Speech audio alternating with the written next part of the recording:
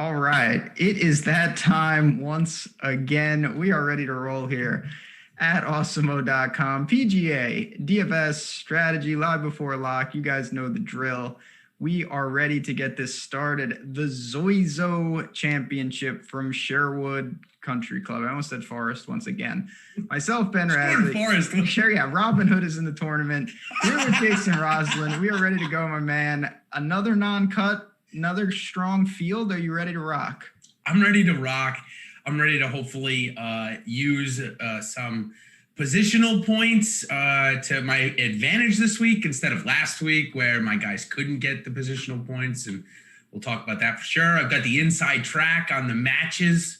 First lineup tomorrow between Alex and M2. I've got it all, Ben, and I'm going to release it tonight on the show, as well as talk about a little Zozo Championship at Sherwood Forest. I kind of like that. It kind of sounds they better should make it at Sherwood Forest, right? Yeah. We've got no weather problems. Looks like it's going to be high 60s, low 70s all week. No rain, no wind, none of that stuff. It honestly just makes the slate a little bit easier to break down when we don't have any of that stuff, right? Oh, it's great. Those are things that are wildly unpredictable. They can really overlap a lot of what I think is good research that we're doing, that chat's doing. We're ready to go. So I think we're in the clear there. We're going to hope on no more withdrawals. Obviously, Adam Scott has withdrawn with COVID. DJ is still not back with COVID. Other than that, though, I think the coast is clear. I mean, I certainly hope so. It has been, I guess, pretty standard the last couple of weeks where we've gotten this like late withdrawal. We had DJ last week. We have Adam Scott this week. What sucks about Adam Scott, too, is he's one of the guys that kind of waited to come back because he was really against the tour's protocol. And here we go. He ends up getting it. So kind of scared. And we got the chat saying it's your birthday. Ben, is that the case? Is that why we've got the haircut going on? Or do they just think it's your birthday because you got the haircut? Yeah, no. It's certainly not my birthday. Not even close, but appreciate that. Yeah, I had to change up. You know what? Sometimes you have to change the mojo. And I'm doing that. We're ready to go. And you'll see. Once you do that, the tide turns immediately, and that's what's about to happen. Yeah, absolutely. And listen, we're going to get into a lot this week, and we see a good amount of people in here already. If you guys could just smash the like button for Ben here. He got that haircut just for this show. And I'm going to ask one more favor, and this one helps you guys out. It helps us too, I'm not going to lie, but press the subscribe button to the YouTube channel. Totally free. Press that alert button so you know we have shows on shows. Jason knows this. They're running all day. So just so you guys know when things are popping off, when things are getting started, do that. Support the channel because we have a ton of content outside of just golf, and it really helps us out. Speaking of another show, we got Khabib Nurg. Oh, Jesus. The guy who wrestles bears. He's insane. I actually really enjoy watching Khabib Nurmagomedov wrestle or whatever you want to call it. I don't watch much UFC, but the guys that do watch a lot of UFC, they're going to break it down right after we're done at 9:30 here sharp. Ben's going to cut me off if I try and go into their time, so stay tuned for that after. A really good show. $100,000 to first place on the line this weekend for the UFC 254, so stay tuned for that. All right, let's jump in. Let's get right into some players. We've got some featured groups. I'll just mention really briefly some good ones this week. Obviously, Tiger Woods. I saw, funny enough, on my scouring through Facebook that people were complaining they have to pay to watch Tiger Woods play golf. It's like, listen, you get to watch Tiger Woods play golf. Don't complain about having to pay $6.99 for it. He's teed up with Matthew Wolff, who, and this is why I brought this up first, I'm going to quote here. I've played this course hundreds of times, but this is the longest I've ever seen the rough, end quote. Do you want to just say any few comments about that? I'm talking about Matthew Wolff if I talked kind of quickly there. So, yeah, I saw that. I also saw Tiger say that the green complexes are a little less daunting and that he kind of expects some scores to be had out here. Wolff is a very interesting play just in the sense that, and we'll get into, of course, the plays. He was awful last week. He just didn't have it, but he's played this course hundreds of times. The big question, I've said this on several shows, and I want to ask you right off the bat, is there's 5 par 5s. Is driving distance an advantage? Is it no advantage? Is it going to be mitigated? That is the question. Yeah. So I think the way driving distance gets mitigated is if the fairways are running extremely firm. That's one way, right? Because if the fairways are running extremely firm, then the guys that aren't carrying at 330, they're carrying at, say, 290, are getting that extra 10 or 20 yards a roll where it just condenses the field in terms of driving distance. We saw that a little bit last week at Shadow Creek. However, obviously, the other one is rough length. Now, Shadow Creek's rough length last week was actually, in spots, really long and really wispy. Now, a different cut, they're not going to get bent. It's going to be ryegrass out there this week. So, do I think driving distance matters on the par fives? I think it does. And there's 2 drivable par fours. I think it gives an opportunity for someone like Cameron Champ to have 20 shots at a par 5. He's likely going to have iron in a couple of times. In fact, some of the highlights that I saw from Sherwood Country Club is that there's been like 3 albatrosses in the last in a couple of tournaments. Paul Casey had one, Bubba Watson had one, and Camilo Villegas has one. So what do you make of that? I mean, are we going to see an albatross this week? Yeah, probably by some bozo that I don't roster. Listen, scores. I do think scores will be had. I don't think it's going to punish distance. It's never punishing distance, but certainly when we've seen guys like Zach Johnson, Graham McDowell excel at a course, and I know that was a long time ago, you can get it done being a second shot course. You can get wedges in your hand. You're going to need to make putts.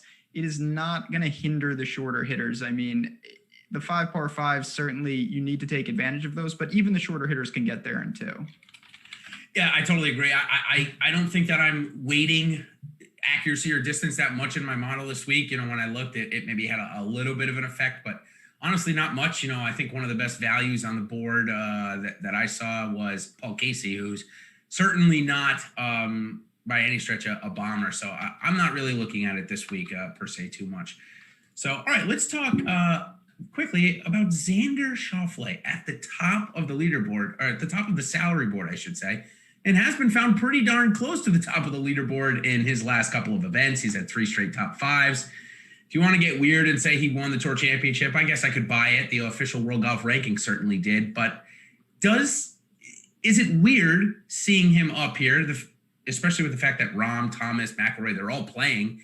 And secondly, is it deserving, or is it a little bit too soon, too fast?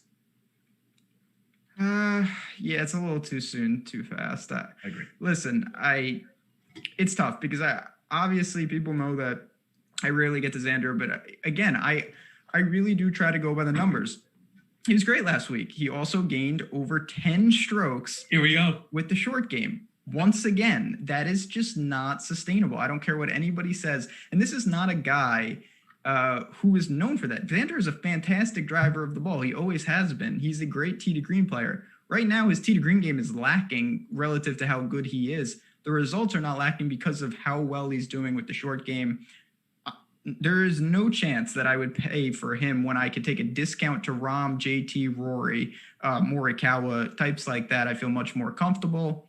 So you know what? If you want to continue to play Xander, more power to you. Just certainly not for me when he's putting like this. So we talk about this a decent bit when we have the opportunity to, about the price differential between sites. And DraftKings 11.2, FanDuel's 11,600, so only a $400 difference. Instead of this week actually using that to my advantage, I think it's going to draw a ton of ownership to Xander on FanDuel. And if you play over there, I'm going to Rory, who actually has the largest price difference between the highest priced guys, hoping that I'm going to get lower ownership. Am I silly to think that? Do you think that it ends up coming to fruition, or you think it just ends up balancing out? I mean, I think it'll balance somewhat, but I get the logic. And Xander is someone, listen, even last week, when I started the week, I thought, oh, man, Xander could be interesting because there'll be leverage. I was so wrong. And that's why we rely on premium ownership percentages here at Awesemo, because I didn't think he would be popular. He was incredibly popular. And even at this price, people are going to go to him because he's playing so well. So if you want to give me a discount in ownership, which I think you'll get on guys like Rory, even JT, who he quietly, I'm not going to say he was firmly in contention, but him and Rory closed very poorly. Rory in particular last week. I think he was like 6 over. Yeah, shot 41 on the back. Yeah. So I'm not saying they were in the tournament, but their finishes don't tell the whole story. That's agreed for sure. I will say this about Xander. he hasn't been as good off the tee as Rory. So if we do see a week where off the tee plays a significant factor in setting up the rest of the game, obviously, and actually, helping towards that ending winning margin of, say 24, 25 under, I think that does lead Rory to a little bit of advantage. Xander, I think he coughed up the tournament because of his off the tee game. He couldn't find the fairway on both those par fives on the backside. Played him 1 over, and Kokrak played him 2 under, and he lost by 2. So it really was the reason why he lost. So if I had to say off the tee matters so much, if I'm weighting that in my model, and Rory at the U.S. Open just hit the most fairways in the entire field. So if fairways are a premium, it seems like Rory's got the edge there. So again, the fairways could be wider. I know Xander's from SoCal, so I'm sure he probably played up at Sherwood a couple of times, once or twice. I know this is Malibu, so it's not quite Southern California, but still probably not played it as much as the next guys on the board. Colin Morikawa, 9,800. It seems like the irons are back, Ben. We're just waiting for the rest of the part of the game to go. Kind of sounds like maybe you're back into him this week. Yeah, I mean, this is a guy. I'm a little. I'll be honest. Morikawa is someone I rarely have a good pulse on. He was just so good early, and I wasn't really there. I'm there, and listen. His iron game is elite. The thing I'm a little confused about, he's lost 2 straight off the tee, and that's really atypical for him. He's a fantastic driver of the ball. He had gained. Looking over a database right now, it's like 20 in a row, and now he's lost 2 straight. Not big losses. It's probably just an outlier, to be honest. But that's the one thing I was a little concerned. For him to break through again and get in the mix, he needs the putter to heat up, as does everybody. He's lost a couple strokes putting in 2 straight, and that's why you don't see the very elite finishes. Speaking of needing the putter to heat up, Jon Rahm's ball striking last week looked rather good. And granted, we're talking about the second best player in the world, so we kind of expect that, right? It looked rather good, I should say, for the first round, maybe 2. Then his irons kind of tailed off. But if there's one golfer that, if I had to pick every single time out there of these top, say, 15 golfers in the world, I think I would take Rahm to hit the most fairways. Maybe, I guess, if we include Webb Simpson. Webb Simpson probably hits more fairways than Rahm. But we've already seen Rahm win in California, maybe an hour, south of where we are here at Torrey Pines. I don't think there's much crossover between Torrey Pines and here. I don't think I'm making that correlation. But if you had to pick one guy at the top this week, is it Rahm? It looks like the projections are certainly leading that this week. It's really tough. You've got Rahm, you've got JT, you've got Rory. The thing that I think separates them right now is that Rory is great off the tee, but his wedge game is not nearly as strong as the other two. His putter is fine right now. I think all in all, I would go with Rahm, but it is really slim margins between those 3 specifically for me. Yeah, I totally agree. I have got, just wanted to tell you, I've got both Empire Maker and Awesemo putting Jon Rahm in their lineup, anchoring their lineup this week, just for a little information. I could be totally wrong, but that's just my guess. It's what I'm seeing in all of the optimizer and projections. So that brings me to my last question on these top end guys. When you see something like I just mentioned, Jon Rahm kind of showing up in all of the projections at the top and getting in almost all of the optimal lineups, do you think that ends up leading to higher ownership than what's projected, maybe say in the single entries or higher dollar stuff? Yeah, I think that's very possible. But at the same time, up here, it's really going to depend, and we'll talk a little lineup construction as we always do. I don't know how many people are going to be able to get 2 of these guys in the same lineup. So if you're just choosing one, it's going to flatten ownership because Rory's going to get his, JT's going to get his, Hatton's not going to be super popular, but it's not going to be unowned. And then there's Xander, who we already talked about. Now, DJ being out will disperse ownership amongst all of them. But, that was so early in the week, it didn't really matter. I think Rahm will be popular, but could he emerge in like a crazy popular mode? I would say no, just by the product of the opportunity cost. Yeah, a lot of other guys to choose from. So speaking of a lot of other guys to choose from, we get to choose from Tony Finau this week as he returns to the course after a 2-week absence due to testing positive for COVID-19. I have not seen him talk to the media since.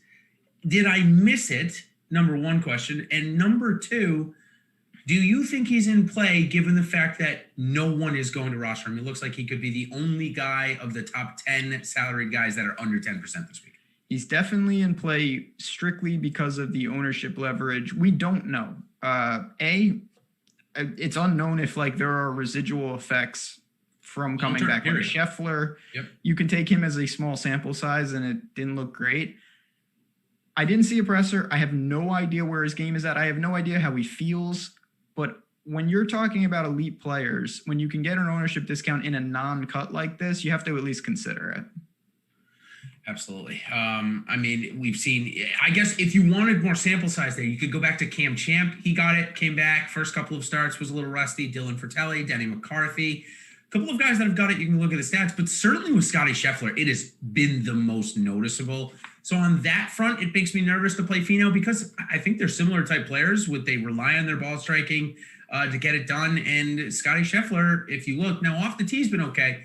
His irons have been really poor. So makes me a little nervous that whether it's residual effects from COVID itself or just simply for the fact that they were in form, ready to go, and then just were told they couldn't play, that could just knock them off their kilter as it is. Yeah. And again, we certainly don't know what it is. It could be nothing. But when you look at all those players, the other thing that's a little concerning is Scheffler's by far the best of the guys. Like, it's not unusual to see some of those other guys struggle just because sometimes they struggle.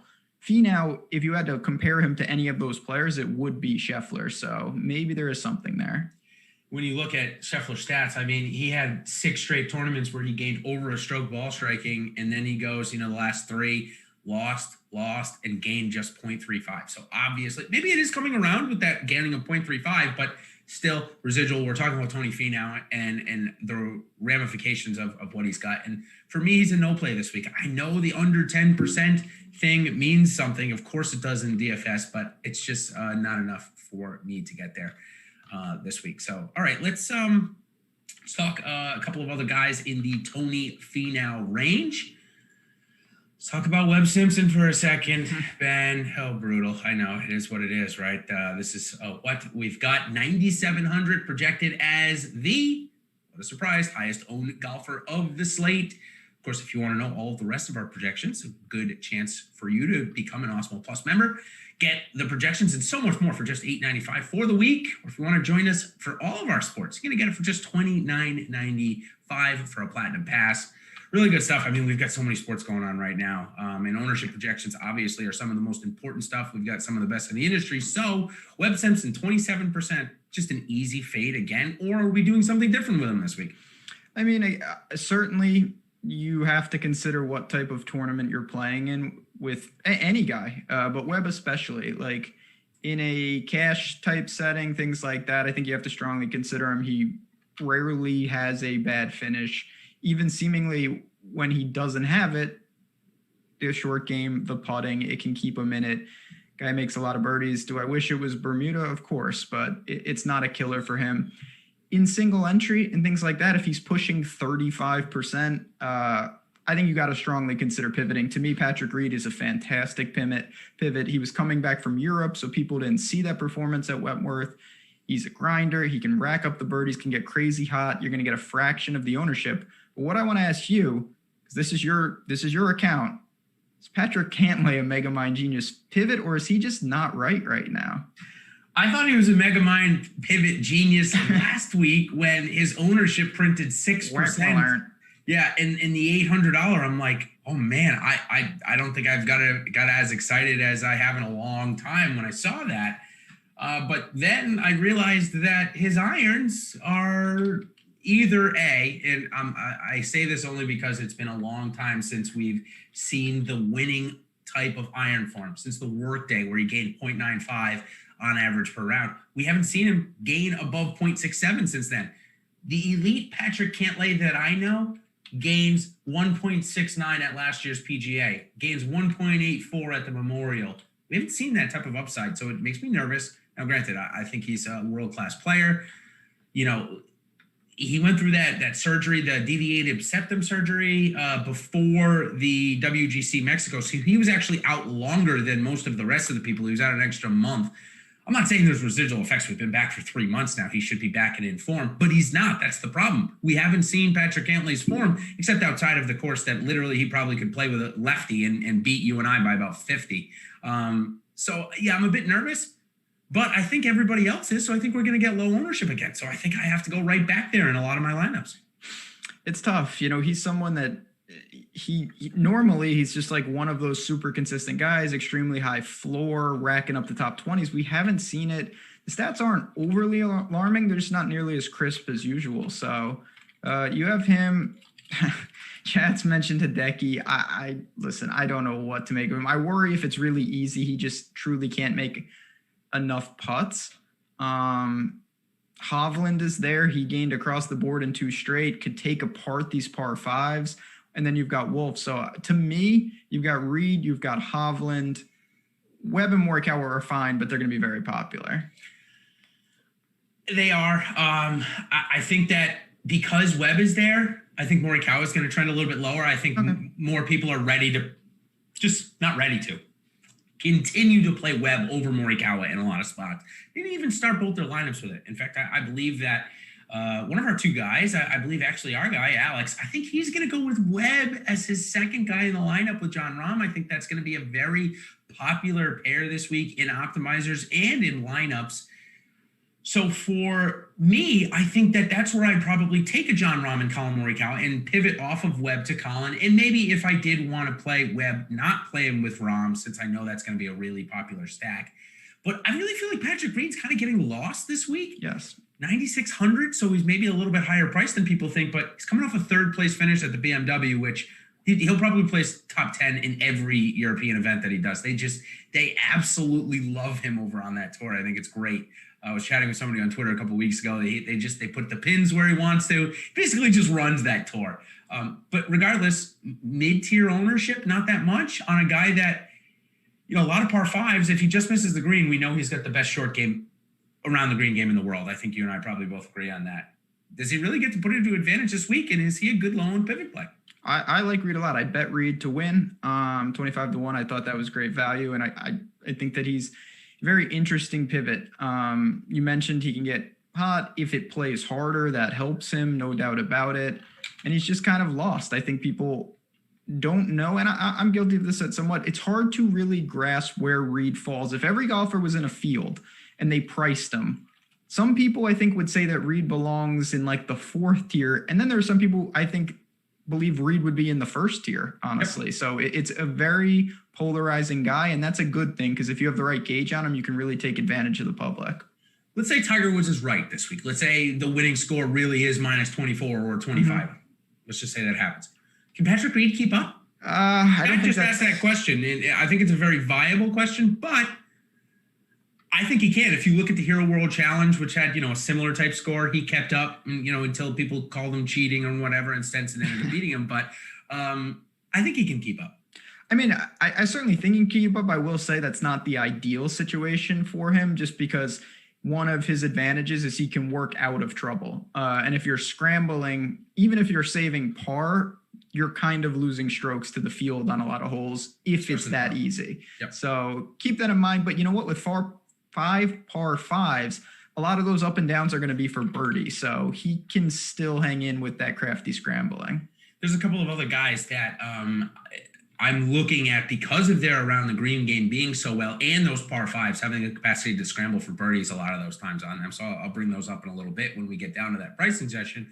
But one of our main topics last week, and we talked about Hovland real briefly. I want to give my thoughts on him. I'm in on him this week, as you are. I think that we're seeing everything that we need to with him. 4 straight top 15s, like you said, gained across the board last week. So that's a really good sign. I'm in on him this week for sure. The next thing I want to talk about, though, and I mentioned him at the top, he's playing with Tiger and Xander in the first 2 rounds. So a tough pairing maybe for him. What a group. But this is his home course. He said that, yes, the rough is as long as it's ever been, but I know the sight lines better than anybody. He said, in fact, I probably could play it blindfolded. We saw Jason Kokrak win last week, having played the golf course the most out of any PGA Tour player in the field. Does that mean we should inevitably, regardless of what Matt Wolff did last week, play him this week? Yeah, Wolff tried that last week. He played last week blindfolded, I think, if you look at the stats, because he was horrendously bad. Then hurt his ankle on the second round. I mean, if you look, it was his worst off the tee performance ever, and it's not even close.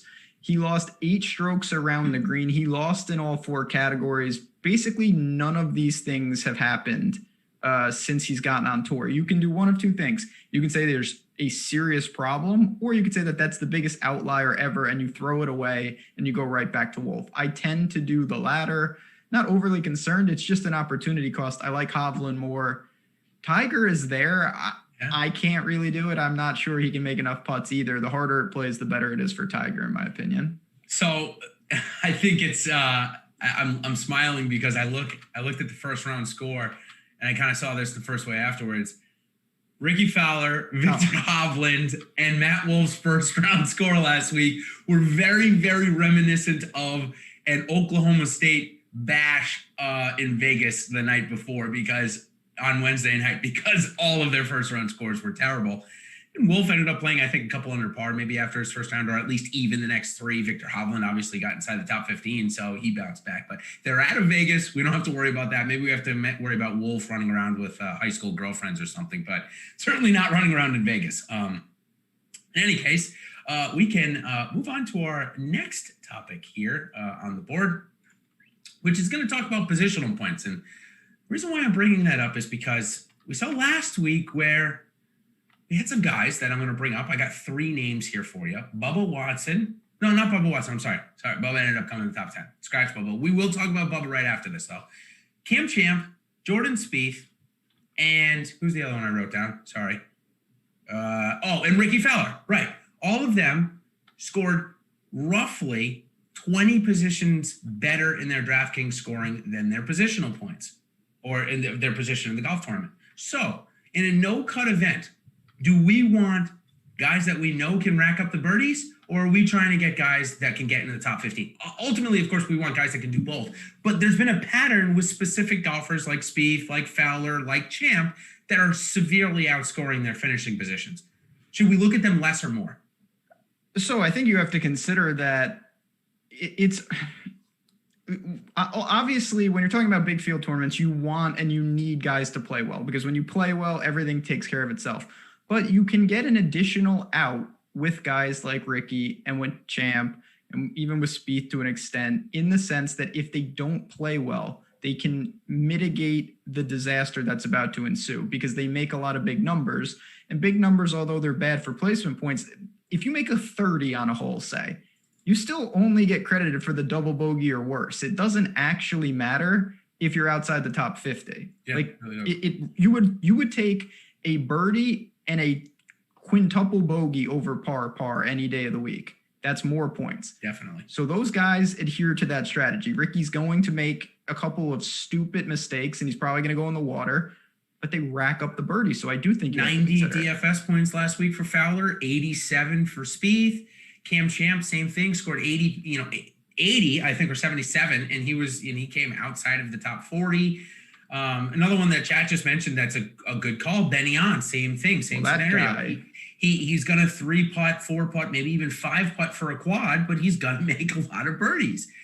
So would you like to pair these guys up together, or do you think that really does limit the ability to win a big GPP, because we know that their game is just not good enough to get inside the top 10?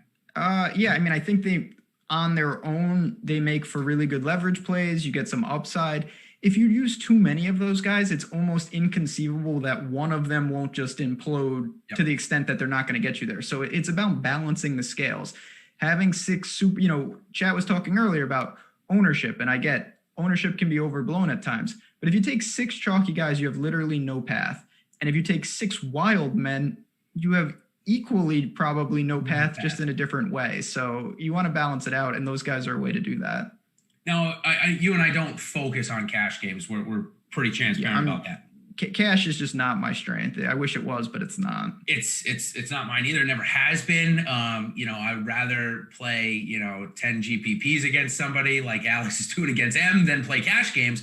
But if you were playing cash games, or if you are playing cash games, you wouldn't say no to these guys in it, right? In fact, these might be in a better spot to use because we know that they're going to get us points. Oh, yeah. I mean, absolutely. Again, I think you're looking to mix them in. You're not looking for volatility in cash, of course. You're looking for median results. You're looking for that really solid floor. These guys they can mitigate it when they don't have it, by making a lot of birdies by outscoring their placement points. Yep, exactly.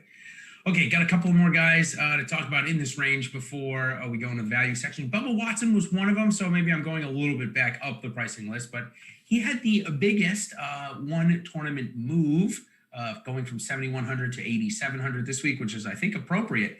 But this mid-8 to low-8 range, I believe Matt Fitzpatrick is going to find his way into Empire 2's lineup this week as the second golfer in. So I'm going to guess that M2 is going to build a little bit more conservative while Alex is going to build a little bit more aggressive. But in this mid to 8 range, is there anybody that you like this week? I mean, Tommy Fleetwood's there at 8,500. I know you're not playing Kokrak again. No. Joaquin Niemann, 8,400. I mean, any of these guys interest of you this week? Yeah, so of the price bumps, Bubba and Niemann got a big price bump too. We were, and listen, there was a lot of people, but we were two of them that were all over Niemann last week. Was an easy play and really paid off.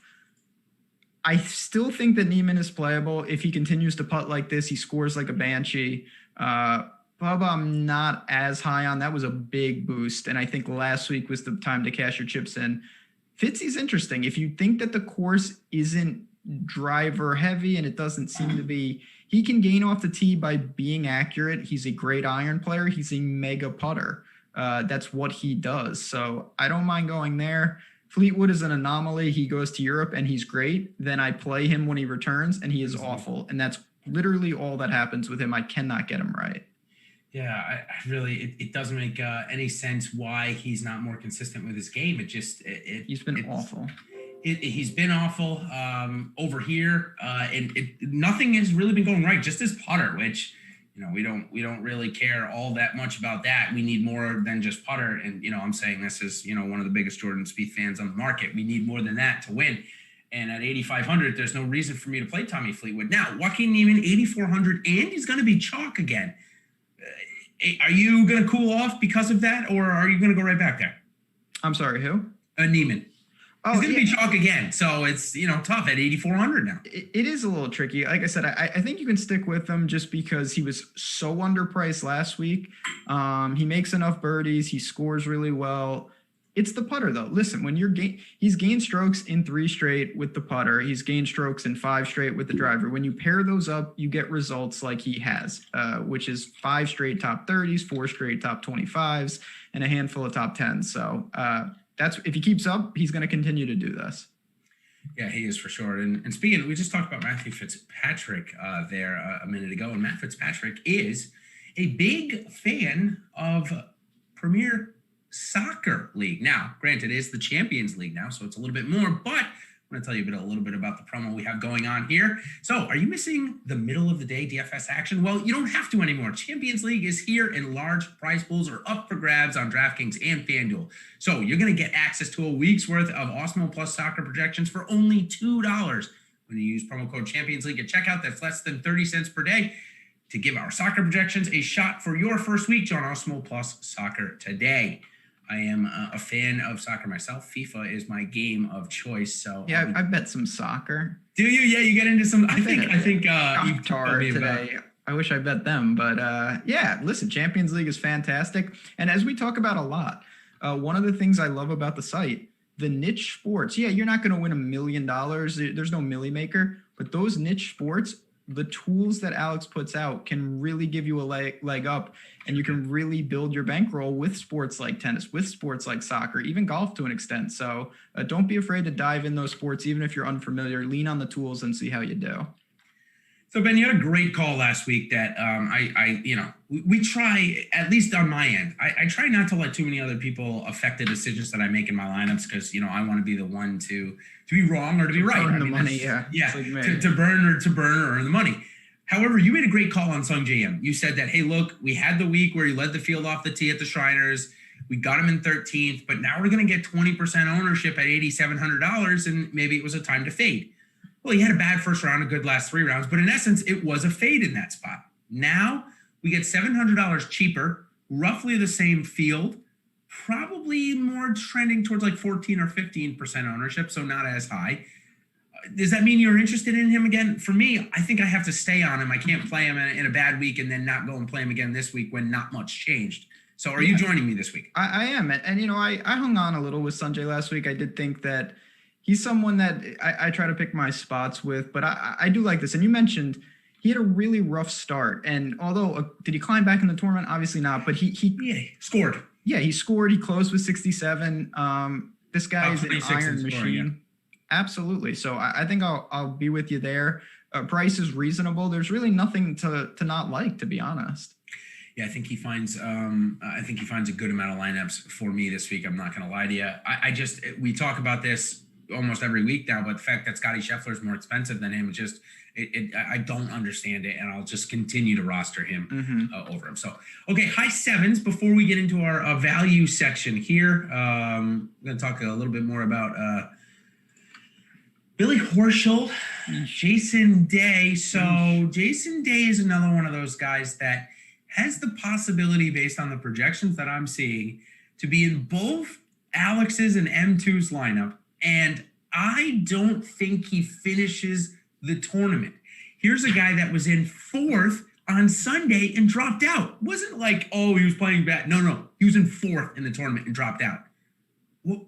Why are we rostering him this week? I mean, I don't think he plays all 4 rounds. I'm just going to come out and say it. He's not going to play all 4 rounds. Yeah, Day is a really tricky situation. I do think that there's going to be for obvious reasons. What you're saying is valid. The guy was in contention on Sunday and he quit because he was hurt, obviously. Now he's back.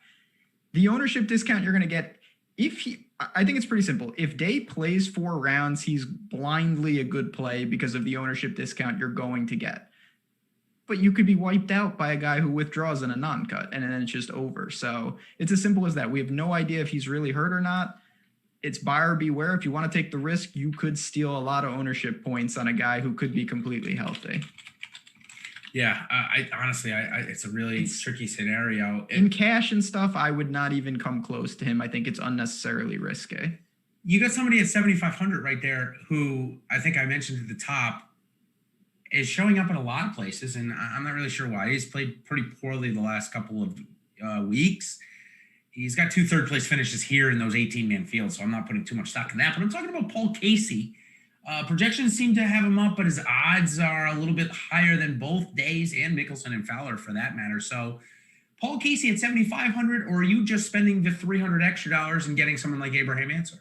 I'm trying to spend $200 more for Ricky, $300 more for Answer, more in my speed. Casey, we talk about this a lot. It's not to knock a guy who's in a long-term view very stable, but in a non-cut, you don't really need stability. You need upside. So give me Answer, who's an incredible driver of the ball and a little all over the map, and give me Ricky. We talked about him. He can outscore his placement points. One other guy, and the last one for our placement points, who you and I have talked about that these are actually the tournaments that we like to roster this guy if we're going to do it. He's coming off yet another win on the Champions Tour.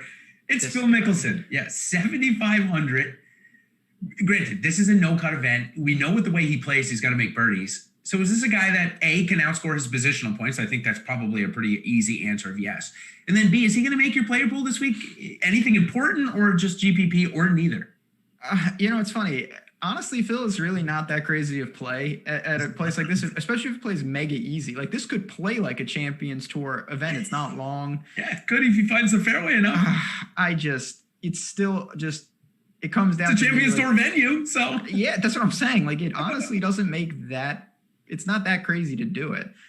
I just can't really get there just because I don't think he's as good a golfer as the guys around him. Horschel, Justin Rose. Yeah, Harmon, Rose, okay. You could get anything from any of these guys, but I'll take people like that over people. Munoz is right down there. Palmer. These guys are playing better than Phil, and I'll just take them.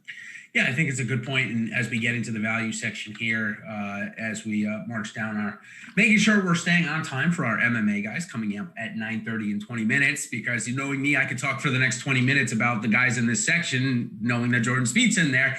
We're not going to do that, though, I promise. Let's talk about Sebastian Munoz. Guy gained everywhere last week, and a guy that, oddly, is superb around the greens. Honestly, I don't understand where it's come from, but he's one of the better players around the green in the field, or maybe in the world. So Sebastian Munoz seems to be in form, loves these fall little swing here. It's the second year in a row that he's played well. He's coming off a top 10, though. So we've got Cam Smith, who's got 4 straight top 25s, and Sebastian Munoz, who's coming off a top 10. They both got it done different ways. Munoz gained everywhere. Smith gained 95 strokes with his short game last week, lost off the tee and on his approach. So does that just lead you right to Munoz, or are you have a little more interest in Cam Smith this week? No, I mean, listen, Munoz is playing great. The only knock on him is that he's a Bermuda guy, but that hasn't affected anything really lately. So nothing not to like there. I will say, obviously, you don't like to see guys leaning on the short game severely. The one difference, though, is Cam Smith. That is what he does that. Like, that is how he plays. So it's not a fluke to see that. It's just not something that you can consistently do. He needs to be average off the tee. He needs to gain a little with the irons. And if he does that, he sets himself up for big weeks because his short game is truly world-class. So I don't mind Cam Smith on a course that we don't know anything about. I like both. I'm not going to lie. You know, I'm doing a little different allocations. I'm playing a little bit more high dollars this week. So I ended up getting both of them in there. But my highest dollar buy-in, I went with Munoz over Smith because if off the tee, I think plays a little bit more important this week. I think that Munoz has the leg up there. Again, I think they're both playing well. And another guy that I've put in the lineup, which I had a decision to make, I picked your guy from last week, Ryan Palmer, who just continues to score at 7,100 on a course where he can use kind of all of his skills that he's got. I like it. But there's another guy at 7,100 who, believe it or not, is the hottest putter, or can be, according to the stats, in this field. And it's not Jordan Spieth. It's Taylor Gooch. Taylor Gooch has gained over 1.25 strokes putting 7 times, the most in the field. So in a no-cut event, we saw him pop up last week. Do you have any interest again, or was the top 5 last week enough to suffice him for the next month or so? Yeah, so this is where I'm going to go right back to what I just said. To me, and maybe I'm wrong, to me, Taylor Gooch is not a world-class putter. He's not a world-class around the green player either. He's just doing it right now. That's not great. He's a world-class iron player at times. So I like Brian Palmer. We talked about Munoz and Cam Smith. Those shares that Gooch could have gotten went to those guys. So we got Thomas Phelps, and this is why I love the chat in here, letting us know that Phil's going to be using a 47.5-inch driver and a 12-degree 2-wood this week. I mean, he's just doing everything he can to try and get that edge, you know, kind of following along the lines of Bryson. I'm excited to watch it. Listen, he's on featured groups, of course. When isn't Phil Mickelson on featured groups? Right. I mean, we're always going to get it. But you know what, though? He's a very entertaining style of golf, so I really don't mind when he's in featured groups. You know, maybe I'll roster him in showdown format so that I can sweat it a little bit, but not a bad spot for him either. Okay, a couple more in this value section. So we mentioned Taylor Gooch. The other guy that played really well last week, Lanto. That is going to be like 150% owned, is Lanto Griffin. Now, granted, he had a good week and he's been playing better, but really, like 15% owned Lanto when we've got guys like Kevin Na, Brendan Todd, Jordan Spieth, Matt Kuchar, all like half that ownership, maybe even a third of it. I can't do it. Yeah, I mean, I look at, if I take a pulse of my entire life, my life was a lot simpler when I didn't know this guy existed. Ever since he started doing things, everything's become a lot more difficult. It's really tough for me because he flashes, he pops, he has the blueprint formula of Matthew Fitzpatrick. He's not going to gain off the tee. Is around the green is whatever. Good with the irons, good with the putter. Last week, CJ Cup, +5 with the irons, +6.5 with the putter. You don't need to gain off the tee if you're doing that. Nope. It's just a little too much volatility for me. I'm not there, I'll be honest. And if the ownership is there, I would blindly pivot to guys like Kisner and working down just on long-term form alone. Now, here's where projections can really come in, and I'll give you a little bit of a tidbit here on the Awesemo Plus projection sides, which, again, last week, you know, I do a model breakdown video, and I mentioned that last week, the projections, if you combine them with mine, which I give in my model, lineup number 69, and there's no BS, lineup number 69 was the winner of the $5. I didn't end up entering it, so it's not like I made a wrong choice. When I went to do my rewind, lineup 69 was the winning $5 lineup, which would have split with four other gamers with the same lineup. But Kevin Kisner is projected over all of these guys and a third of the ownership of Griffin and maybe even Munoz. So interesting that you bring up him, and he had a pretty good Sunday. So Kevin Kisner, is he more than in play for you this week? Like, are you actually playing him in some important spots or not quite there? I think that Alex might end up having him this week. I think that he's a very interesting, when you're talking the big field tournaments like that, looking to him, because this guy, he's won a WGC. He's a crazy good putter at times. The form is very bad, though. So I don't think it's prudent to look to him in small fields and things of that. I don't really see it. I think the range of outcomes is enormous, but big risk, big reward there. Great large field tournament play. Outside of that, not a lot of interest. I'd rather pivot to Cameron Champ. I think that even if Kisner gets in the top 20, Champ could come in the top, come in 48th and still score as many DraftKings points as Kisner. So I would just rather to pivot to Champ there. A couple more guys in this range though that I want to mention. Alex Noren, he might have lost it. He might have lost his game. It was bad. Last in the field in DFS points last week. Last, like worse than all of the Korean PGA Tour players that played. Everything. So he's totally out for me. But Matt Kuchar, he's in the field because of Dustin Johnson withdrawing. Is he of interest? Nothing for me there yet. As we mentioned, I just don't think he's there. Adam Hadman, though, he had a couple of good rounds, but the irons are still off for him. Either of those guys of interest, or are you just going deep diving after this? We're getting closer. Hadwin needs to flip the irons. If he flips the irons or flips the putter, he'll be fine. Can he do that? Well, he's a good putter in life, so that'll happen eventually. Benyon. So Benyon has gained, let me get this right before I say something insane. The last 4 events, Benyon has lost 21 strokes putting. That's a lot. I'm not a genius, but I can tell that that's a lot. Tee to green, he's great, but unbelievable. I can without a doubt say that I probably have an opportunity to gain more strokes putting in a PGA Tour event than Benyon. I really feel comfortable saying that at this point. So if he, we're talking about him positively regressing to losing a couple strokes putting. Like if he loses 2 or 3 strokes putting this week, which you could see an uptick in his finish. Yep.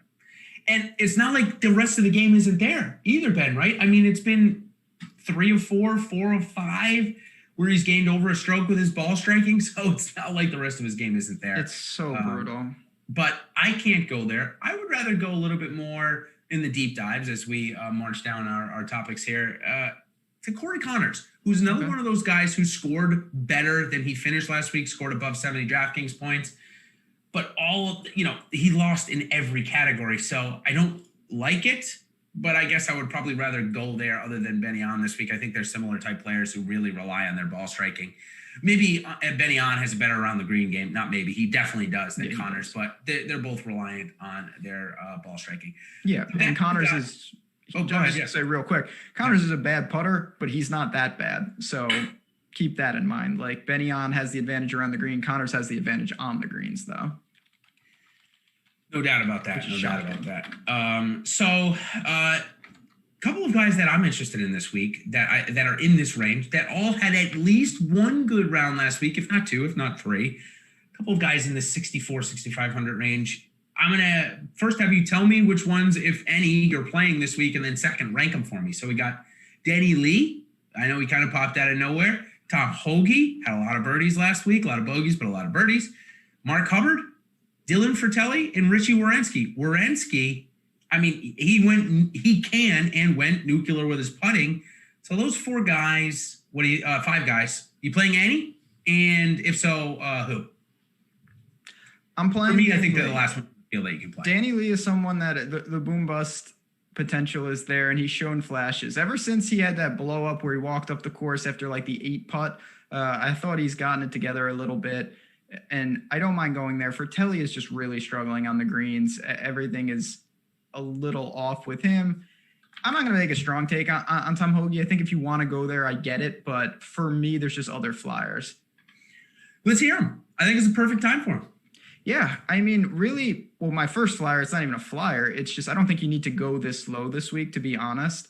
I'm going to be living in that Cameron Champ, Benyon. Streelman is not a flyer, but I'm we talk about Streelman, yeah. He's just fine if you want stability down there. like Dahmen, Long, not saying to play these guys. There are names. I think it's pretty unnecessary if you go balanced to dip below 65. I agree. Kevin Streelman, he was matched up this week. Hold on. I can tell you here 1 second. I bet Kevin Streelman. That's why it rang to me that it was. Sorry, just give me 2 seconds. I got to remember the name here. While you're doing that, I will just say real quick, because we're going to bounce out of here in a couple minutes to set it up for Pete the Heat and Jason Floyd talking MMA, Okay. Justin Gaethje and Khabib. I'm really excited to actually watch that show because I'm going to do a little MMA this week. So stay tuned for that. We got you covered. We're going deep into the night, 9:30 show. That's a rarity around these parts. Yeah, it really is. Gotta love it though. I mean, geez, I'll take it's fantastic whenever I can. And it is, like you said, it's a fight that I'm even excited to watch. So that definitely does not happen very often. Yes. There. So actually, it was Lanto Griffin. I'm sorry. Okay, there you go. It's funny that we were talking about that. It was Lanto Griffin. I felt like, Streelman against Griffin, I was getting plus 100 on it. And obviously I was getting plus 100 because Griffin came in the top 10 last week, but it's not soon do we forget that Kevin Streelman was on a really good run of golf. So 6,600. I think for me, I would rather play Cameron Champ for 200 more if I had the money than Streelman. And I honestly, I'd probably even rather play Spieth at 300 more if I had the chance. Harry Higgs is a guy that I was involved with last week. He was in my biggest lineup. Him and Fleetwood Mac, definitely very interested. Funny enough, did you see Stenson's, by the way, drinking out of the European champion? What's that? The Claret Jug? Claret Jug, thank you. Yeah, he was drinking, he did the cranberry juice out of the Claret Jug this week. I thought that was pretty cool. In any case, Harry Higgs or Mark Leishman?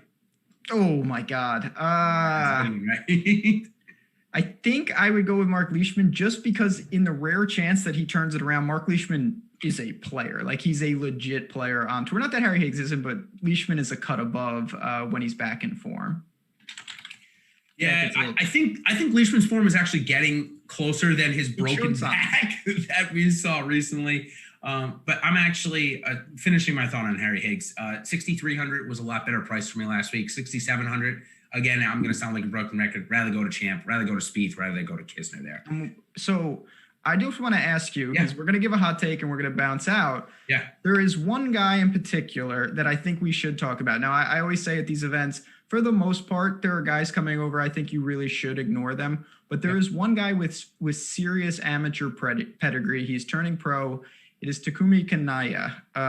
What do you know about him, and do you think it's worth considering? So, you know me, I absolutely adore going after these young guys before everybody else does. And we've talked about how I've done well and I've gotten burned. It's been both, right?